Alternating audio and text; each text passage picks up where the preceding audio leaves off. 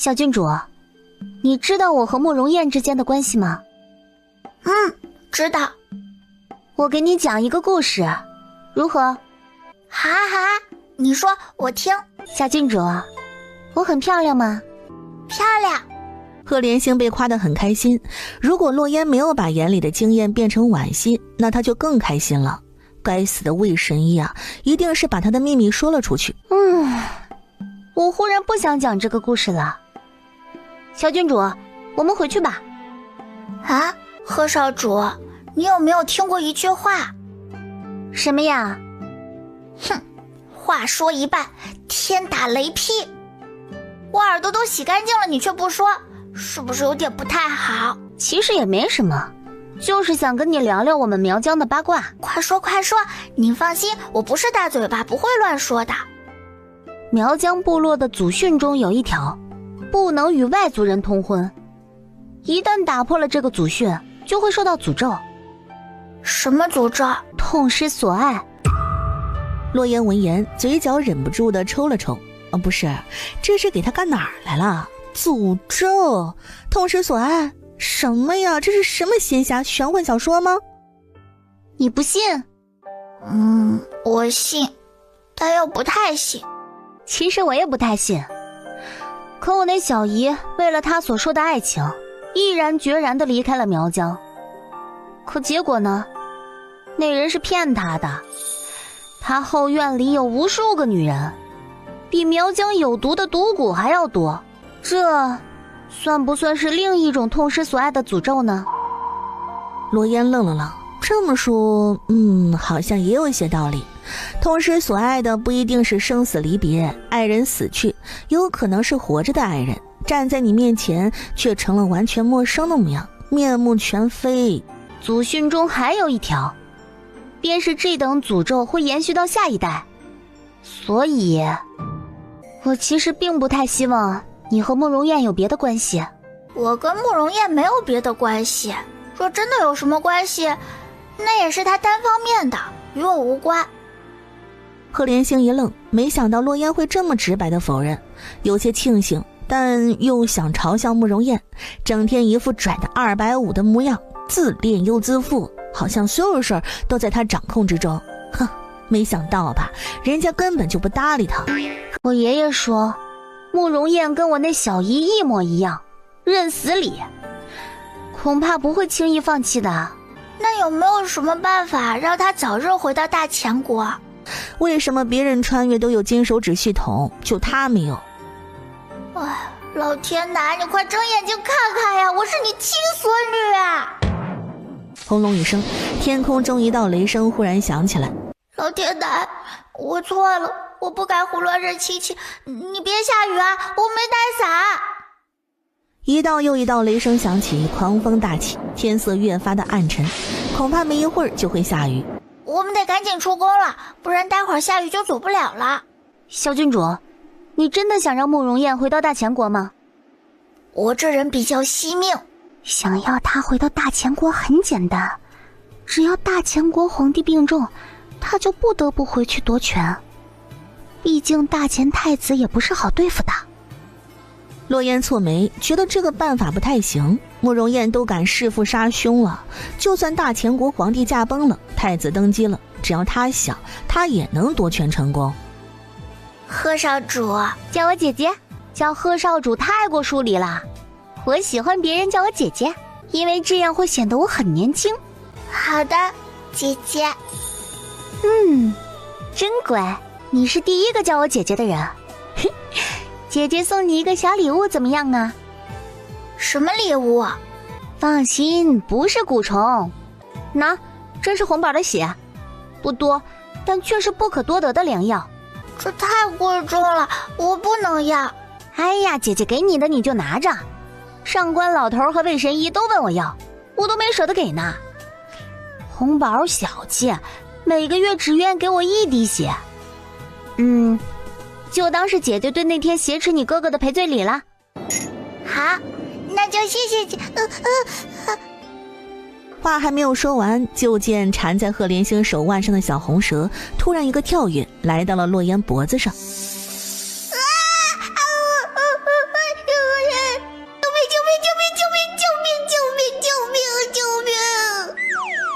他发誓，他上辈子军训都没站得这么笔直过。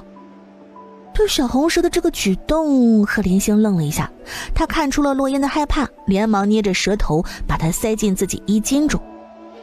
抱歉，红宝是我的本命骨，在苗疆本命骨中，主人对谁有好感，本命骨也会对那人有好感的。洛烟挠了挠刚刚小红蛇爬过的地方，要不是他知道小红蛇不会对他怎么样，他能原地给贺连星表演一下霹雳舞是怎么跳的。没关系，我就是有点怕蛇。慕容燕那边的事儿你不用担心，你既然是我认的妹妹，我就不会允许你出事的。等把司检抓到，我就去一趟大前国。可慕容燕也是你表弟。表的。好吧。风越来越大，再不出宫可能真的要来不及了。离开前，贺连星还是捏着小红蛇的蛇头在洛烟手腕上咬了一口，感受到手腕上冰凉的触感，洛烟抿紧唇角，僵直身体全程不敢动。不过在看到圆头圆脑的蛇头舔着伤口，又轻轻蹭了蹭他的手指的时候，哟，他又莫名觉得很可爱。姐姐先走啦，明日若是不下雨，就来驿站来找我。哦，好。出了皇宫，洛烟刚坐上马车，瓢泼大雨就落了下来。晚一步上马车的洛昭瞬间被淋成了落汤鸡。哥，我这里有一个好消息和一个坏消息，你要先听哪一个？坏消息吧。坏消息是，我答应明天若是不下雨，就带着贺少主在京城游玩，你也得去。那好消息呢？好消息嘛，那就是日后任何蛊虫都靠不进我的身啦。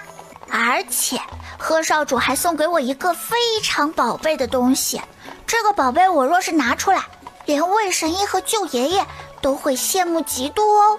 你什么时候和他关系这么好了啊？你忘了他之前挟持我的事了？男子汉大丈夫，被挟持这么久，好意思总是拿出来说。怎么回事啊？妹妹不过是和贺连星单独相处了一会儿，这么快就被收买了？哥，你猜这是什么？什么？是圣谷的血。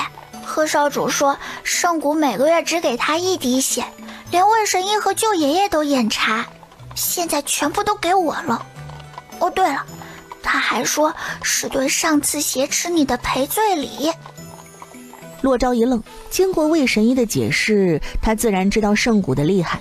他看着那瓷瓶，扯了扯嘴角，撇过脑袋，算了，算他识相。小样，拿捏！哎呦，小郡主，怎么来老夫这里了？魏神医，这是贺少主给我的，说是圣谷的血，我也不会医术，还是给您和舅爷爷吧。什么？圣谷的血？上官不喜一个箭步从屋里窜出来，把洛言手中的瓷瓶抢走，随后打开瓶塞，轻轻闻了闻，里面是猩红的液体，但奇怪的是没有丝毫血腥味，只有浓浓的带着一股令人兴奋的香味。嘿，上官老头，圣谷的血是小郡主给老夫的，给老夫的。我呸！你没听到我家妍妍说是给你还有我的吗？哼，你都弃医从武了，拿着圣谷的血有什么用？给我才是正确的。两人顿时吵得不可开交。魏神医舅爷爷，这瓷瓶里的圣谷血可以分开用，你们不用争吵。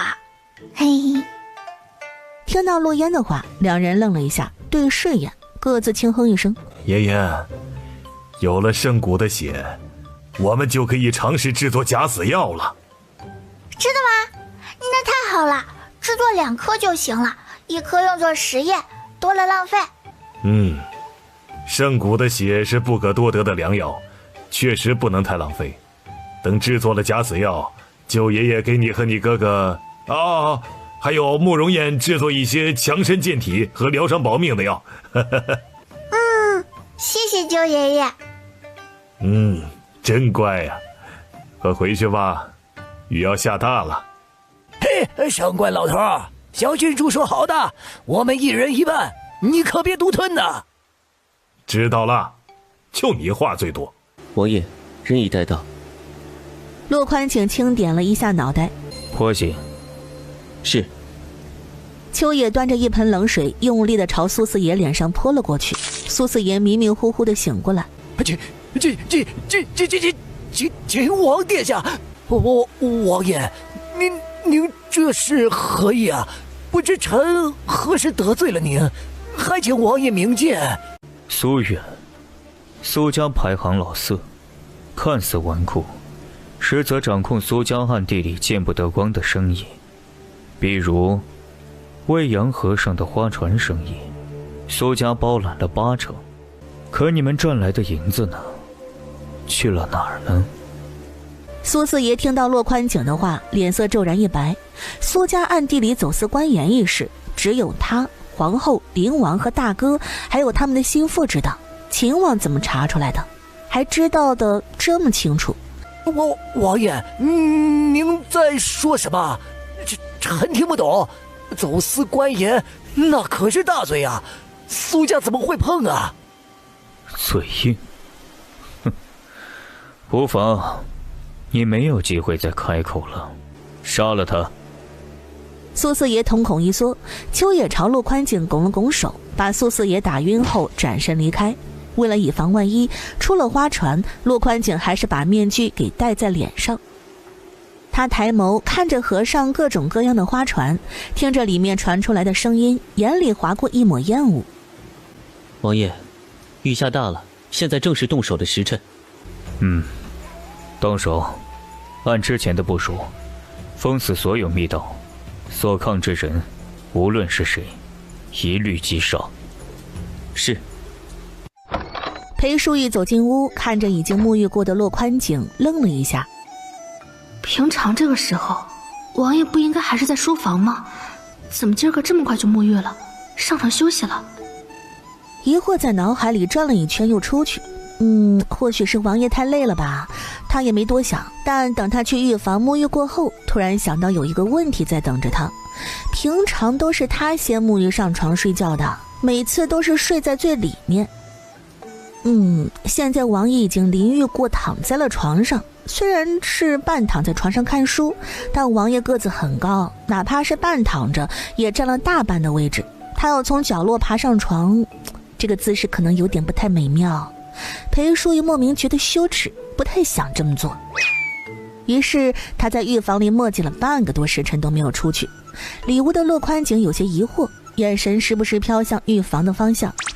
女人沐浴要这么长时间吗？又不是泡药浴。不过泡药浴半个时辰也够了吧。骆宽景皱眉，把手中的书收了起来，坐起来穿上鞋子，犹豫2秒，来到浴房外。王爷，怎么了？没事。裴淑玉眼睛忽然亮了亮，快速上前打开浴房的门。你用的什么皂角？为什么会这么香？啊，就是普通皂角。骆宽景抿抿唇，低着头看他。王爷，怎么了？这个皂角有问题？没有问题。他跟着骆宽景来到床榻边，趁着他弯腰把放在床上的书拿走时，快速脱掉鞋子爬上床。骆宽景把书放好，瞧见缩在墙角的裴淑玉，挑了挑眉，把屋里的蜡烛吹灭后，掀开被子躺了上去。裴淑玉今日进宫赴宴，不免要应付那些夫人们，着实有些累了。没过一会儿，困意便开袭，迷迷糊糊间，他忽然感觉一股热团从背后传来，紧接着他感觉到腰间放了一只手。裴淑玉的瞌睡瞬间跑了，他立马清醒过来。怎么办？爷爷救命啊！快来救救母妃！骆宽景也不知道自己为什么要突然翻了身凑近裴淑玉，等他反应过来，他的手已经放在了他腰身上了。他是个正常男人，旁边睡着自己明媒正娶的妻子，误会已经解除，他已经不在意那些事儿了。这种情况下，他要是还没有反应，那还正常吗？手指紧扣他的腰肢，用力把他带入自己怀中。王妃醒了，不装睡了。王爷，你要做什么？哼，你是本王的王妃啊，你说本王要做什么？王爷，这不太好吧？我们都有2个孩子了，为什么不行？裴淑玉默了默，她很想说，你自己心里没点数，我们2个孩子是怎么来的吗？陆宽景拧了一下眉，显然也想到了此事。他薄唇微抿，犹豫片刻，到底还是松开了裴淑玉。睡吧。王爷这是生气了。但此时他的困意已经消失得无影无踪，他睁大眼睛盯着头顶的蚊帐，脑海里不知道在想什么，犹豫半晌。王爷，你睡了吗？陆宽景没有说话，看样子是睡着了。其实我也不是拒绝，就是我不想再喝，挺苦的，不好喝。不想喝就不喝，本王不会逼迫你。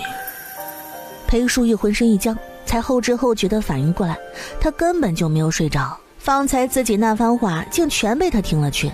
他下意识地想往后缩，腰上的力道却又紧了紧。躲什么？所以现在可以了吗？真的不用再喝。陆宽景忽而笑了笑，又在他耳边低语了2声。裴淑玉一听，脸红的几乎要滴出血，整个人像是被煮熟的虾子一样。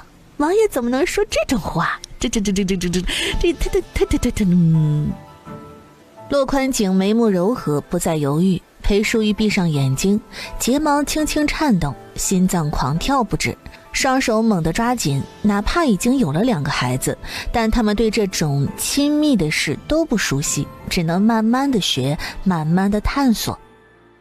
窗外的雨似是小了一些，洒进来的冷冷月亮照映在屋里。裴淑玉迷迷糊糊的醒过来，昨晚的记忆瞬间涌入脑海中，她的脸噌的一下红了起来。爷爷，我出息了，我竟然有这么大的魅力，让王爷伺候我沐浴。不会让你喝，放心吧。我知道，我信王爷。贺少主。你叫我什么？姐姐，星星姐姐。贺连星这才满意的点头。陆言，你叫她什么？姐姐啊，星星姐姐，今天带你去看看我们大周朝的婚礼。今儿个是沈巍儿成婚的日子，洛言想去看看热闹。好啊，走吧。洛言竟然叫贺连星姐姐，哼！洛朝七笑了。最关键的是，他们2个就这么走了，等都不等他。洛朝站在原地，咬着牙用力地踹了踹旁边的柱子。小范雷霆了一下，才追上去。你弟弟被废，你留在侯府看着也碍眼，嫁去山里，这辈子都别再回来了，也省得总让我想起这件事。母亲，沈辉，别说了，时辰到了，该盖头吧，喜娘在外头等着呢。走到府门口时，他忽然听到广宁侯夫人在身后轻声说：维儿，这是你欠你弟弟的，你这辈子都该在山里好好的赎罪。红盖头下，沈薇儿的眼泪终于落了下来。她知道母亲怨她不该招惹秦王妃，不该妄想嫁给秦王，算计秦王妃。母亲这是盼着她不好，盼着她在山里受苦，以此来抵消她的罪孽。有那么一瞬间，沈薇儿想，就这样吧，让她去山里过苦日子，给沈辉赎罪。来到花轿前，沈薇儿停下了脚步。我不甘心就这么认命。萧度人呢？他怎么还不出现？上了这个花轿，我就真的要嫁给那个乡下的汉子。我不要嫁给他，我不要住着那种破旧的房子。我自小养尊处优，怎么能过那种苦日子？哎呦，沈小姐，该上花轿了。沈薇儿听着喜娘的催促，咬紧唇瓣。该死的，她就不该相信萧度，不该信他的鬼话。忽然间，一个蒙着面、穿着黑色夜行衣的男人出现在沈巍儿旁边，一把搂住她的腰，在众人目瞪口呆之中，使用轻功飞上房顶。不一会儿，两人身影就要消失了。新娘终于回过神：“哎呀，不好了，新娘子被抢走了！”喧闹声很快传到了正厅。欧耶，不好了，小姐被人劫走了！什么？光天化日之下，竟有人敢在侯府抢人！你们快去给我找，把京郊所有的山头树林都给我翻遍了。找不到沈薇儿，你们全都给我提头来见！是。风和，快去追！是，郡主。哎，小郡主，那个新娘子你认识？跟你有仇？很大的仇。姐姐，我们也去追。你追什么追啊？有危险怎么办呢？有风和去追不就行了？那好吧，我们等风和的消息。洛烟带着贺连星在京城里逛了逛，走累了就来到望月楼，要了一个雅间，点了一大桌子菜。洛烟特意把雅间的门打开，听着外面大堂里八卦。别说广宁侯府了，你们听说了吗？昨日夜晚，莫阳河上面的花船遭遇了刺客，那些去花船上面的男人啊，几乎都死了。哦，真的吗？那花船不是京里达官贵人常去的地方，谁敢在那儿动手啊？嘿，怎么不敢？我家就住在莫阳河边上，大半夜睡得正香啊，忽听见河面上吵得厉害，还有兵器碰撞的脆响。没等我爬起来看官兵就挨家挨户敲门，问我有没有看到刺客。我后来才知道，花船上的男人好像没一个活下来的。造孽啊！就算是寻欢作乐，也不该落得这般下场。依我看啊，他哪是什么刺客，分明是老天爷派来收他们的，或是哪个受了他们欺负的苦主忍无可忍才动了手，不然怎么偏挑着花船动手啊？怎么偏杀的是那些寻乐子的男人啊？未阳河花船遭遇刺客，所有去花船上的男人都没有活下来，那女子呢？只有男人死了。哥，你在可惜什么啊？你觉得他们不该死？我只是问问，你这么激动做什么呀？哼，男人果然都是一丘之貉。洛言，在你的眼里，你哥我就是那种不守的男人？哼，你是在羞辱我。是吗？那我跟你道歉。总之，你不能用那种眼光看我。我以后娶了妻子，一定会全心全意的对她好，不会去花楼、花船那种地方的，也不会纳妾。上下嘴皮子一碰就说不纳妾，可是小世子，好话说的再多也是没用的，你随时都可以反悔。哼，那你也太小看我了，我从不说空话。不论你信不信，我说不纳妾，就绝不会让后院多一个人。是吗？那我还挺期待能见到一段佳话的，就是可惜了，我活不了太久。他低头刚要弹一弹小红蛇的脑袋出气儿，却发现一直盘在他手腕上的小红蛇不见了。不见了！他心中一咯噔，立马感应小红蛇的位置，然后目光落在了洛昭的脑袋上。你的头！什么我的头啊？洛昭眼神疑惑，抬手摸了摸自己的脑袋，在触摸到那一抹冰凉的时候，他浑身一僵，僵硬的转过脑袋看向贺连星的手腕。很好，红色镯子不见了。洛昭无语，他不怕蛇，他怕的是蛊。确定了贺连星和小红蛇对他没有恶意，那他自然不会客气了。你想干什么？小红蛇也不怕洛昭捏爆他的脑袋，尾巴紧紧地缠着他的手腕。难道对比我，贺连星更喜欢我哥？什么眼光呀！贺连星看着小红蛇对洛昭几乎谄媚的样子，似是想到了什么，脸色黑了黑，不耐地低嗤一声：“滚过来！”小红蛇只看了他一眼，又继续缠着洛昭，尾巴尖儿还讨好的蹭了蹭他的手指。小蛇看着还挺可爱的，你别吼它。放心，我不会对它怎么样的。给你3个数，不回来就永远别回来了。小红蛇顿了顿。1。小红蛇张开嘴巴。2。小红蛇一口咬在了洛昭手腕上，蛇信子在伤口上舔了舔。等到伤口消失后，飞速跳到了赫连星怀中。洛昭抬起手腕仔细看了看，真的没有伤口，就像是从未被咬过似的。出息了啊！想要换个主人吗？小红蛇嘶嘶2声缠上他的手腕，又把自己盘成一个红色镯子。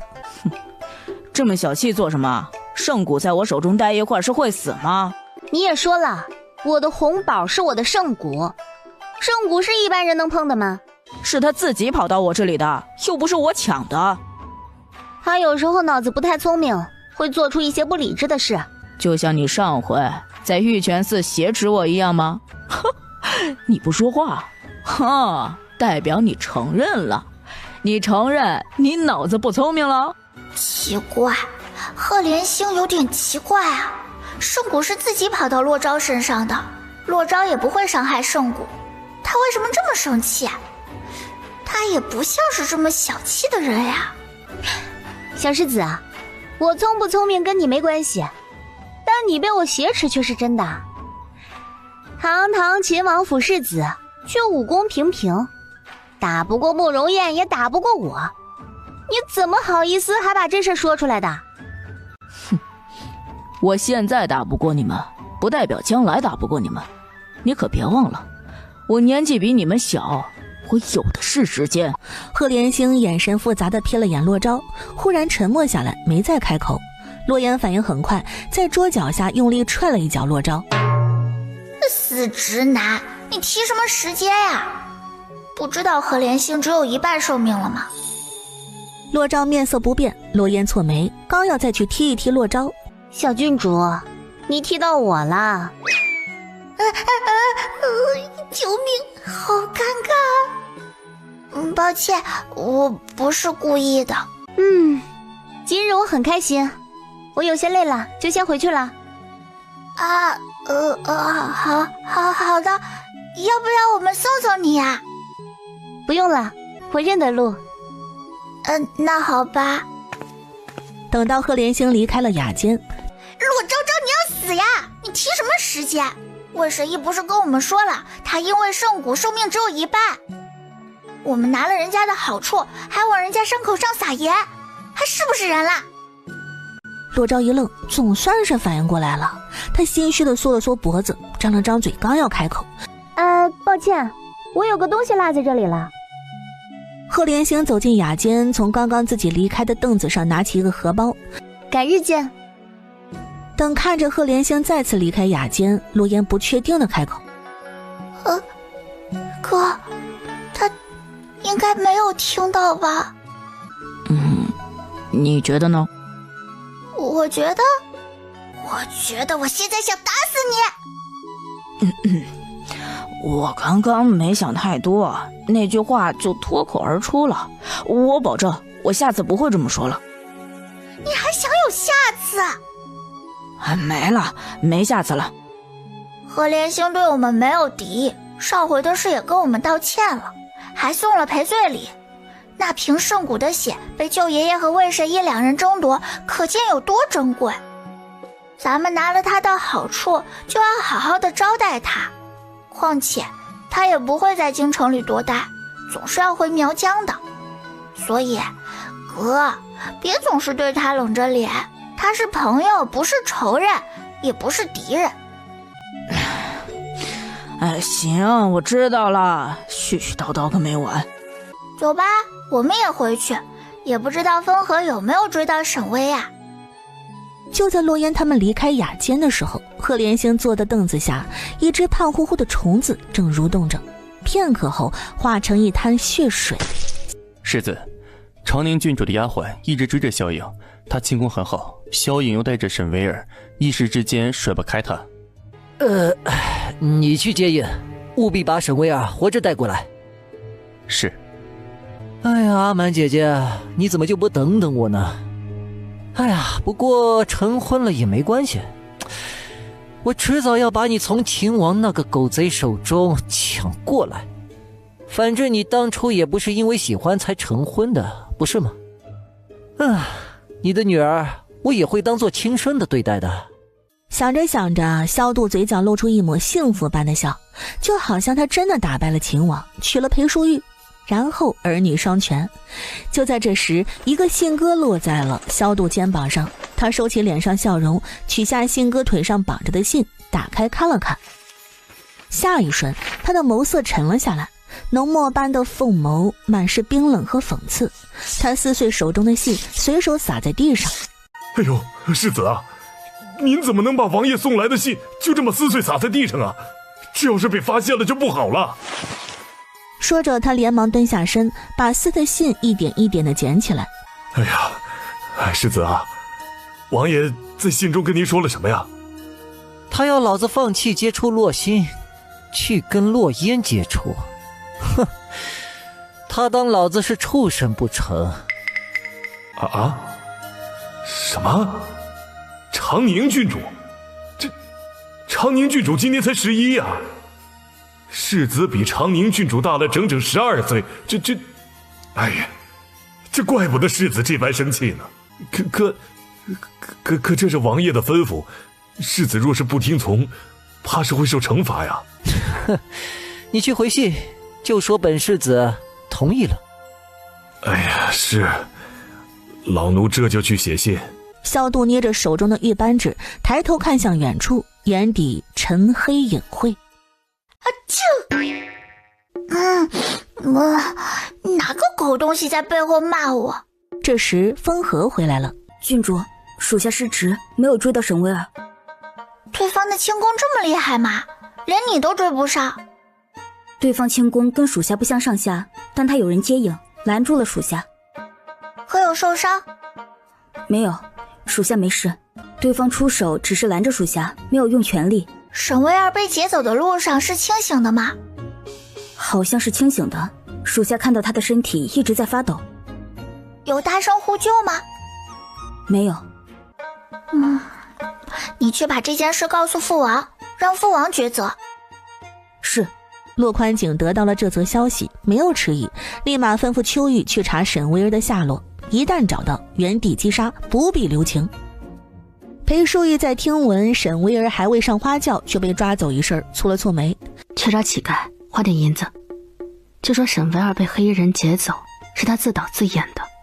他想逃婚，记得蒙着面，别被人看到你的脸。彩荷点点头，离开了王府，但很快他又回来了。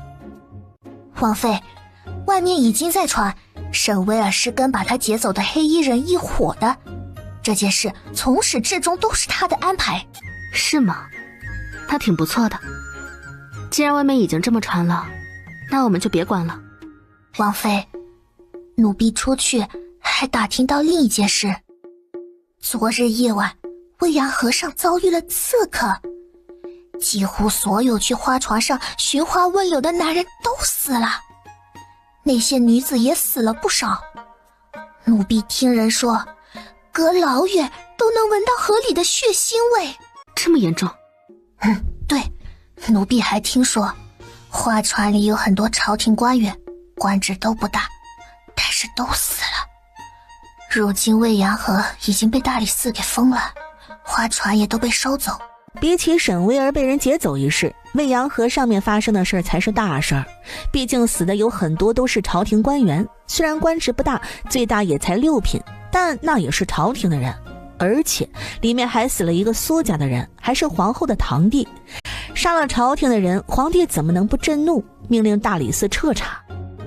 查了3天，大理寺丝毫没有头绪，那些活着的人根本不知道刺客长什么样子，因为他们都蒙着面，也没有人知道刺客到底有多少。罗颜没管这件事，因为这3天里他去找贺连兴，但却被告知他头疼，需要休养，拒绝见面。于是他也开始头疼了。同一时间，萧度也开始头疼了。他万万没有想到，叛逃苗疆的人竟然被平阳王给藏了起来。镇北王说，私检有大用处，让本王把司简接到王府藏起来，可没说贺连兴会突然来京城，还把这件事闹得满城风雨。你什么意思啊？本王觉得司简不能再待在京城，否则陛下和秦王的人迟早会把他找出来。本王有办法送他离开京城，但需要世子的帮助。现在城门口每天进出都查得很严，你怎么把他送出去？本王手中有一个人会易容术，只需要世子你出城的时候把他带上就行。不过为了以防万一，本王也可以让人易容成他的样子去应付贺连兴，最好让他带着司简的尸体离开京城。行，过2天再出城吧，我前2天才出城过，太过频繁会惹人怀疑。可以。司简静静地坐在一边，听着他们商议自己的去处，安排自己的尸体，没有一个人问过自己的意见。他捏了捏拳头，眉眼之间闪过一抹阴霾。司简，司简，王爷，过2日你就跟着萧世子离开京城。放心，有萧世子在，贺连兴不会找到你。是，我知道了。查到了吗？我的人查到1个月前，司简在沧州用蛊虫杀了一个人，之后才逃到京城。秦王送来一本册子，上面记录的是去黑市的人在司简手中买蛊虫的名字。我看了看，有不少人背后是大周朝廷官员，这个名字被秦王画了一个圈，显然秦王是怀疑他。陈毅？谁呀？骆廷义为骆羽寻找的武学师傅陈老将军。这跟司简有什么关系？秦王不仅送来了这个册子，还送来了一个消息，骆廷义的侧妃裴梦婉是镇北王的亲生女儿，所以骆羽是镇北王的外孙。陈老将军曾经教过镇北王武功，算是他半个师傅。总结一句话，陈老将军是镇北王的人，镇北王想要扶持骆廷义等级，让他自己外孙成为太子。司简是被他带走的，他想让司简成为他的人，为他所用。还不算太笨。镇北王是不是太过自信了一些呀？司简可不是逆来顺受的性格，他想利用司简，真不怕被反噬啊。镇北王想要扶持骆廷义夺嫡，手底下自然要收集有用之人。司简叛逃苗疆，你直接追了过来，杀气腾腾。在外人看来，司简只要被你抓住，一定没有好果子吃。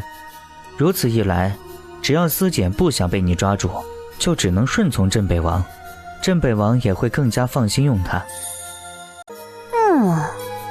那这么说，我急哄哄的来大周，反而还帮了他了。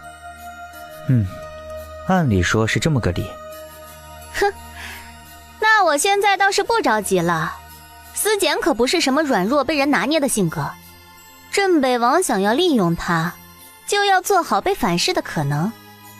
镇北王或许会安排一个假的司简应付你，让你离开京城。易容术，这是不可能的。司简是苗疆人，虽然我不知道为什么他的本命蛊摆脱了我的红宝儿的控制，但只要是假的，我就能认出来。不，你得顺从他们的意思，离开京城。只有你离开了京城，才能找到真正的司简。不是，为什么呀？既然你们已经查到司简在哪儿，为什么还要顺从他们的意思让我离开？直接告诉皇帝让他去抓不就得了？这是秦王的意思，我总不能不听未来岳父的话吧？八字还没一撇的事儿就喊岳父，你也不怕秦王拿刀追着你看？秦王既然不想告诉皇帝，自然是有他的道理，你就不要多问了，听从就行。镇北王把一个假的司简送给我们，自然不会让他短时间再出现，也不必担心蛊虫的问题。不就是一个破位置吗？抢来抢去有什么意思？整天防着这个防着那个，亲兄弟都算计，活得真累。自由自在的他不好吗？慕容燕微微垂眸，没有开口回这句话。行了，我知道你们的意思了，我可以陪你们演戏，但我有一个条件。什么条件？我还没想好，等我想好了再说吧。可以。这天，洛烟再次拉着洛昭去馆驿找赫连星。好在这一次他的头疼症啊终于好了。星星姐姐，你不生气啦？我没生气，我是真头疼。星星姐姐知道马球吗？不知道。没关系，我也不会，我们一块儿学。好。洛烟不会打马球，但洛昭会啊，于是他让洛昭教他们怎么打马球。辰时的太阳刚越过山头，赫连星就跟着洛烟和洛昭来到京城外的马术场。握杆要像握弓，手臂别僵，跟着马的步伐晃。赫连星接过杆，试着按洛昭说的姿势调整。洛昭看着他笨拙地挥动球杆，却总也碰不到地上的球。你怎么这么……算了，没事。你第一次打马球，多练习练习，总会碰到球的。来，再来。他加了加马腹，身下的马轻嘶一声，小步向前。这次啊，他没急着挥杆，先是跟着马的节奏晃了晃身体，等木球滚到马侧时，手腕轻轻一旋，杆头精准地碰住了球，顺势往前推了半尺。成了！小狮子啊，你看我有没有天赋呀？球只动了半尺，算什么天赋啊？小狮子，你声音再小我也能听得见呀！啊，星星姐姐厉害呀，比我要强得多。还是小郡主会说话。星星姐姐，不用总喊我郡主，就叫我名字吧。好的，嫣嫣妹妹，我自己去玩一会儿。嫣嫣妹妹，你们不用管我了。他加了加马腹，身下的马轻快地跑起来，球杆在他手中灵活转动，木球被他带着在草地上穿梭。一个人打马球多没意思啊，我来跟你打。好呀，那小狮子可得让让姐姐哦，毕竟姐姐今天第一次学打马球。洛昭脸色一黑，什么狗屁姐姐啊，他怎么这么喜欢让别人喊他姐姐啊？他轻哼一声，眉毛高高的扬起，什么也不说，夹着马腹去跟赫连星抢球。康大，我们好像被孤立了。唉，3个人的友谊总是要有一个人退出的。妲己再美终究是妃，烟花再美终究是灰，爱情再美终究是泡沫。臣妾退了，这一退就是一辈子。佛说我不入地狱谁入地狱，退下吧更大，总要有一个人要退下的。长宁郡主，你要退去哪儿？我自言自语说着玩呢。好巧呀，你也来马球场玩呀？是啊，没想到在这里遇到了郡主。来马球场的不仅有纪兰慈，还有京城一些世家子弟。上回在云家见到的云之岁的哥哥云嘉义。郡主，一起来。我不会，我就不玩了，你去和我哥他们玩吧。好。洛烟跳下马，让马球场的侍从带钢蛋去吃草，他则是去了场边看台处坐下，吃完了一盘葡萄，看着马球场上依旧玩得开心的洛昭和赫连星，洛烟打了个哈欠，趴在桌子上面昏昏欲睡。忽然间几道争执声把他瞌睡给吓跑，他咻的一下坐直了身体。妈，风离，那边怎么啦？好像是有人犯规，属下也不是太清楚。走，我们过去看看。苏明，是你先犯规的，你还倒打一耙，有你这样的吗？你哪只眼睛看到我犯规了？你自己骑术不精，控不住马罢了，倒赖到我的头上。你，苏明，球场上有球场的规矩，故意撞人还不认，传出去不怕丢了你苏家的脸面？我不是，我没有，我真的不是故意撞他的。这么多双眼睛在，我为什么要故意撞他？不是平白给自己惹一身骚吗？刚刚贺少主就在唐轩身边，你撞唐轩的时候，他的杆子打在了贺少主身下的马，若不是他马术精湛，后果不堪设想。还未抓到叛逃苗疆之人，贺少主若是出了个什么事儿，你苏明，你苏家能承担起后果吗？话也不能这么说，这马球场上什么事都有可能发生。我都说了我不是故意的，你们干嘛非要揪着我不放？再说了，贺少主这不是没事吗？苏明，贺少主没出事是他马术精湛，运气好，不是你找借口逃脱责任的理由。对呀，你先犯规，做错了事，你该不会是输不起吧？你胡说八道什么？谁输不起了？陛下对贺少主以礼相待，你却差点害得贺少主从马背上摔下来。贺少主出了事儿，我们在场所有人都会受到责罚。我合理怀疑你就是故意的。哼，行了，也别玩了，都给我进宫去吧。我倒是要看看黄伯伯知道这件事之后会如何的大发雷霆，到时候便是黄伯母也保不住你。苏明，要不你给唐轩和贺少主道个歉吧。苏明看着连自己队友都不站在自己这边，非常生气。你们怎么回事？我说了我不是故意，不是故意的。他们不信我也就罢了，你们也不信我。整天拽得鼻孔看人，跟个250似的，谁信得过你？哎，赶紧道歉吧，说是闹大了，对我们所有人都不利。我道歉！苏明指着骆昭等人破口大骂。别说现在贺连兴没出事儿，就算出事了，那又怎么了？他就死不承认，谁能拿他怎么地呀？反正有皇后姨母给他撑腰，他还可以把所有责任推到唐轩身上，因为是他手中的杆子打在了贺连兴身下的马上。看着如此嚣张跋扈的苏明，唐轩忍不住了，撸了撸袖子，就要上前去揍苏明。哎，别冲动，你打不过苏明。要是我哥在就好了，他一个能打他们10个。唐轩，怎么你说不过我，还想打我不成？过来呀，我奉陪。他打不过你，那我呢？我跟唐轩的事跟你有什么关系？劝你不要多管闲事。哎呀，大家都是从小就认识的，抬头不见低头见的，打来打去的多不好呀，还会闹得自己家人都知道，到时候大家都免不了一顿责骂。还是长宁郡主讲道理。那没什么事儿，我就先走了。别着急走呀，我还没说完呢。你说你不是故意撞的唐轩，唐轩说你是故意的，你们两人都各自有各自的辩解，谁也分不清谁说的是真的，谁说的是假的。如果这件事不解决，大家心里都不痛快。况且这件事还牵扯到了贺少主，若是闹到了黄伯伯那里，大家都没有好果子吃。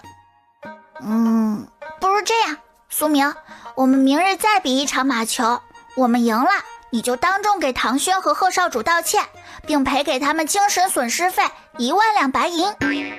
1万两白银？你怎么不去抢？我听闻苗疆有一种蛊虫，名为真言蛊，中了此蛊的人只能说真话，是不是呀？星星姐姐，嫣嫣妹妹说的不错，苗疆确实有一种蛊虫，名为真言蛊，中了此蛊的人，在1刻钟之内，无论问他什么问题，他就只能说真话。怎么，苏明，你害怕了？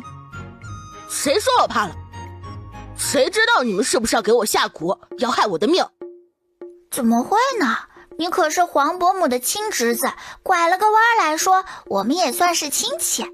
不过苏明，不管你是不是故意撞的唐轩，你都撞了，这件事是事实，你没有办法狡辩。我呢，只给你2个选择，要么你现在给唐轩和贺少主道歉，赔偿1万两银子当做他们的精神损失费，要么明日我们光明正大的比一场，你赢了，此事就就此作罢，你若是输了，该赔偿赔偿，该道歉就道歉。我凭什么听你的？你不听也没关系啊，就只能让我哥揍你一顿了。我和我哥连骆雨和骆童都敢打，你觉得你的身份比得过他们？行，明日我们马球场见。很好，在场所有人都是见证者，你们若是输了，可别抵赖啊。放心，我不是输不起的人。撂下这句话，扔掉手中的杆子，转身离开。郡主，苏明那群人都是从小练习打马球，技术精湛，你有办法我们一定会赢吗？想要赢很简单呀，只要星星姐姐出马就行。我今天才刚学打马球，可没有办法。你有什么好办法？星星姐姐是什么人？她是苗疆的少主。苗疆最多的是什么？是蛊虫啊。星星姐姐不需要上场，只需要给苏明他们下个蛊就行。下蛊？这他们也罪不至死吧？苗疆也不是所有的蛊虫都是有毒的。星星姐姐，你说对吧？苗疆不是所有蛊虫都是有毒的。放心，有我在，明日你们一定能赢。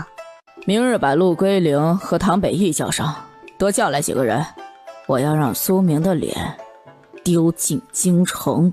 嘿，对，把我哥叫过来，苏明要是敢反悔，让我哥把他狠狠地揍一顿。还是郡主聪明，想到这个法子，不然今日这事怕是只会不了了之。星星姐姐，你想好用什么蛊虫对付苏明了吗？想好了。什么啊？暂时保密，明日你们就知道了。星星姐姐，你就告诉我嘛，就告诉我一个人，我保证不跟我哥他们说。不行。星星姐姐，求你啦，就告诉我嘛。好可爱呀！可恶，为什么我不是个男人？好想把他带回苗疆养啊！我一定会把他打扮得漂漂亮亮的，不会让任何人觊觎他，包括慕容燕那个狗贼。洛烟看着贺连星面无表情的神色，暗叹一声，撒娇都不管用。放屁股啊？放屁股？是我理解的那个放屁吗？苗疆蛊虫品类还真是多哈。放屁蛊都出来了，那有没有拉屎蛊呢？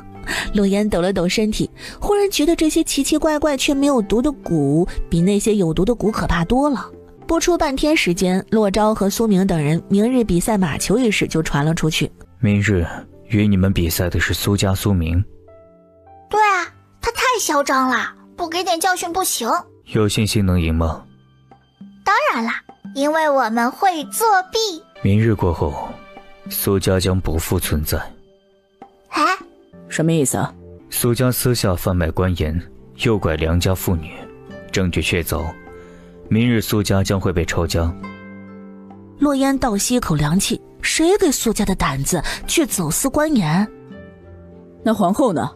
黄伯伯会废后吗？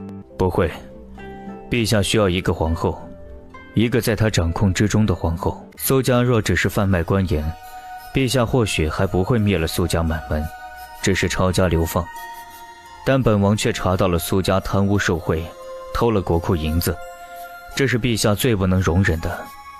只是如今账本不知所踪。可是父王，这种账本按理说苏家不会允许它的存在啊，他们已经听到了风声，不会把账本给摧毁吗？苏家当然不会允许这种账本存在，可他们千算万算，没算到本王的人早就安插在他们身边。那人是苏四爷后院一个姨娘和他的父亲。苏四爷此人好女色，林姨娘容貌艳丽，吹一吹枕头风就让自己父亲进去铺子里当一个掌柜。没想到意外发现他算账很快，很少出错。考察了一番后，再加上林姨娘在，苏四爷就让他在他身边做事。他很谨慎，每一次记账都在半夜，也不敢点灯，只凭借窗外月光一笔一画的写下了苏家贪污受贿的罪名。本来一切进行得很顺利，但意外来了。不知道为什么林掌柜暴露了，林姨娘和林掌柜都被苏家杀死。